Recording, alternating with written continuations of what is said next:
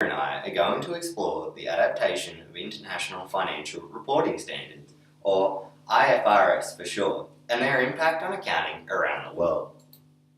With the rapid development of economic globalization, investors are faced with more investment opportunities. As a result, are seeking to obtain more useful and accurate information. However, different countries each follow their own set of national accounting standards, which ultimately adds risk, costs, and complexity to both the companies preparing the financial statements and the stakeholders using those financial statements to make economic decisions. The IFRS standard was set up in an attempt to combat this ever-growing problem. It is responsible for developing a higher set of quality global accounting standards called the IFRS standards. These standards are now required in more than 144 major jurisdictions of approximately 48,000 domestic companies listed on the 93 major security stock exchange. Over 27,000 of these use the IFRS standards. In the early international accounting harmonization theory, there are two factions. One is harmonization, the other is standardization. Harmonization is the process of increasing compatibility of accounting practices by setting bounds to the degree of variation. It is a more flexible method of international standards, whereas standardization suggests a state of uniformity, implying the imposition of a more rigid and narrow set of rules. In principle, harmonization cannot be achieved through uniformity, as each region has vast cultural differences, including the legal system, the taxation code, the political and economic climate.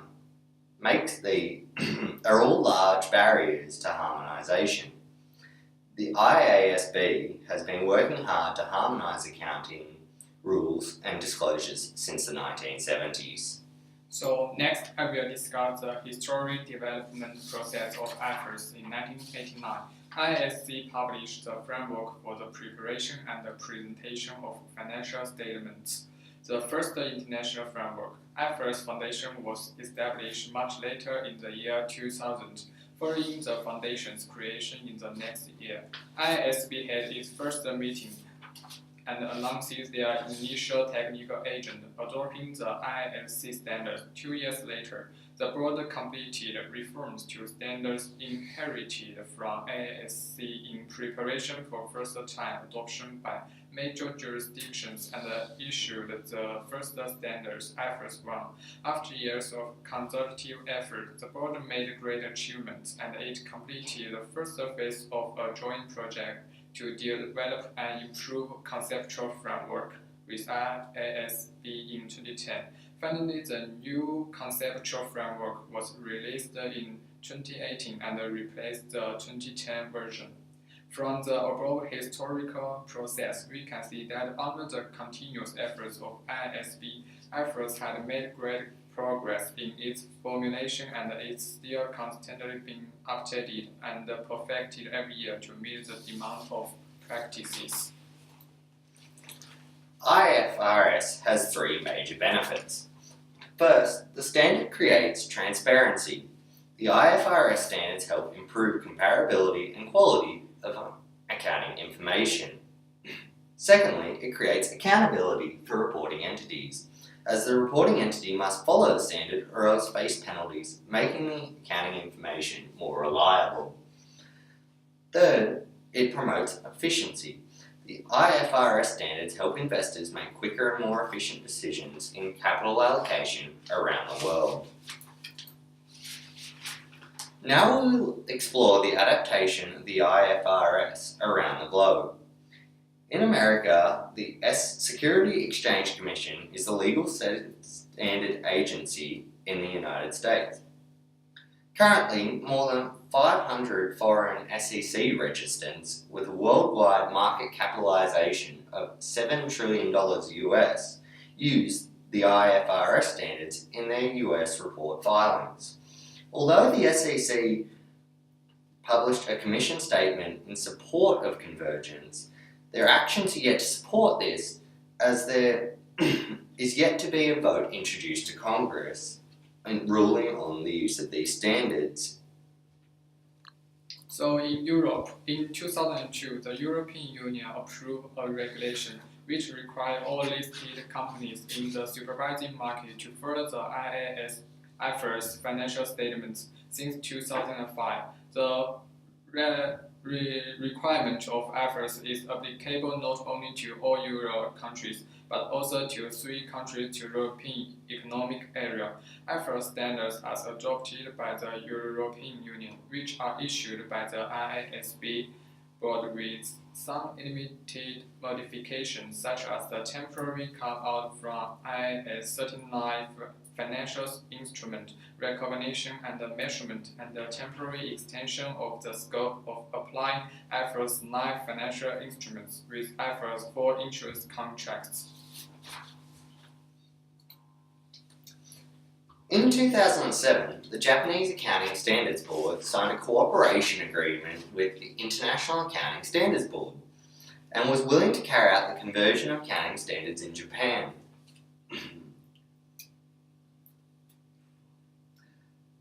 Currently, there are a number of Japanese companies that have decided to voluntarily adopt the IFRS standards.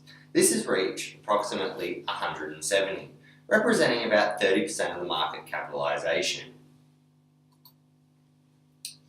In February 2006, China issued the ASBEs, which is substantially converged with the IFRS, and China has been committed to encouraging enterprises to adopt these standards, with the constant improvement of the IFRS and the ASBEs will continue to be revised and perfected in order to increase convergence.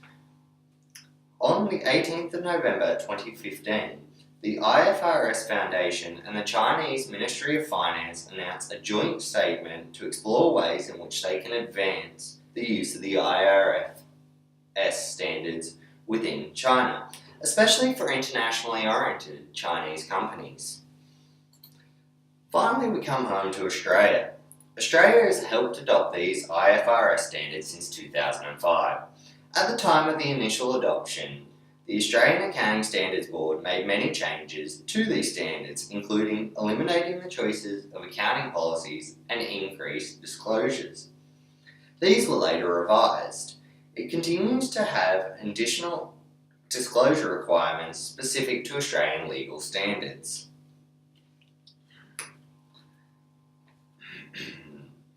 Australian reporting entities. It is said that the IFRS standard transition process has been reasonably smooth for most sectors of the economy. So, in the third part, I will present the application of IFRS in practice. IFRS have been applied by enterprises in many countries. For enterprises, the application of IFRS has several advantages. First, it enables companies to analyze financial situation more accurately and predict market changes. Second, it improves the value relevance of financial information. Third, IFRS goodwill impairment and deferred tax system improve the quality of accounting information. Fourthly, it's more conducive to enter the international capital market for large enterprises. Fifthly, the annual report is longer but easier to read. Finally, it increases its comparability between the same industry around the world. These standards also cause large problems for some enterprises that have just started the adoption. Firstly, reporting entities need to bear more conversion costs. There is increased personal training and an additional workload to preparing these reports. Secondly, the disagreement between report makers and auditors may damage the comparability of the reports. And finally, the IFRS standards do not necessarily apply to all circumstances of small reporting entities, which will lead to increased reporting costs. In conclusion, the IFRS is a set of high-quality global international accounting standards which have a positive effect on the global economic development. Currently, the vast majority of developed nations and developing nations are working hard to follow this principle and actively adjust to convergence of domestic accounting standards. In the future, the IFRS will need to update continuously and improve the applicability of certain projects on the basis of specific practices. So the following is a list of references used to create our presentation. Thank you very much. Thank you.